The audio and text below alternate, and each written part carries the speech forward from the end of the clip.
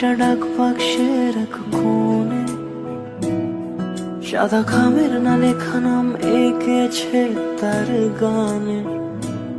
তোমাকে না লেখা চিঠিটা ডাক বাক্সের এক কোণে, সাদা খামের না লেখা নাম এঁকেছে তার গানে।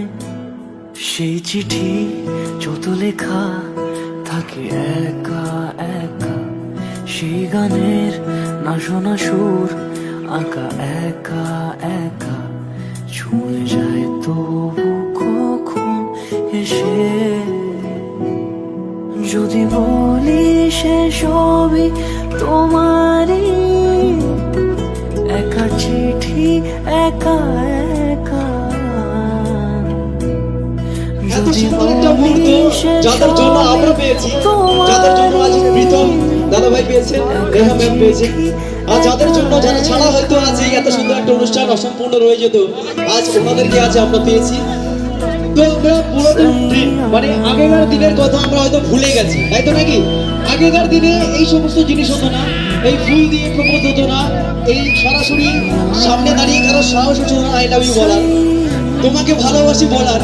আজ সেই জিনিসটি এই নতুন জেনারেশনে আমরা নতুন ভাবে ফুটিয়ে তুলবো, কেমন ভাবে বলতে হয় সেটা আজ আমরা দেখবো।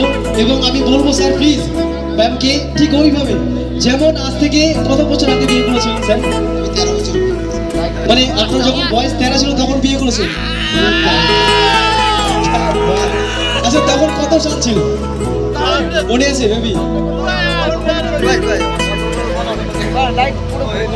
वन टिबिल लाइन 1998 क्या बात 1998 এটা জোরদার তালি এক সবাই মিলে একসঙ্গে। আচ্ছা তখন তো আপনাদের মেবি অ্যারেঞ্জ ম্যারেজ ছিল লাভ ম্যারেজ? লাভ ম্যারেজ क्या बात है জোরদার তালি এক সবাই মিলে একসঙ্গে সকলে মিলে লাভ ম্যারেজ।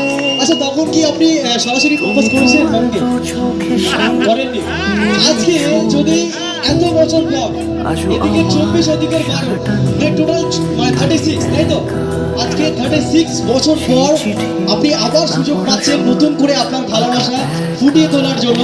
কেমন ভাবে আপনি প্রপোজ করবেন ম্যামকে সেটা আমরা দেখতে চাই। প্লিজ প্লিজ একটু জোরদার তালি একসঙ্গে আমরা একসঙ্গে এখানে ফিল করে দিব। খুব সুন্দর একটা মুহূর্ত।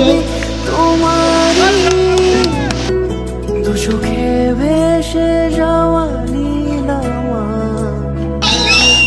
যদি বলি সে সবই তোমারই। দু চোখে ভেসে যাওয়া নীলামা। ওই ফার্স্ট ওই লাস্ট আর এর মধ্যে এখানে কেউ নেই। क्या बात। আচ্ছা এটা তো স্যার বলে দিলেন যে এটাই ফার্স্ট এটাই লাস্ট, এবং উনি প্রপোজ করে দিয়ে ওনার মনের কথাও বলে দিলেন। আমি চাইবো আমরা সকলে চাইবো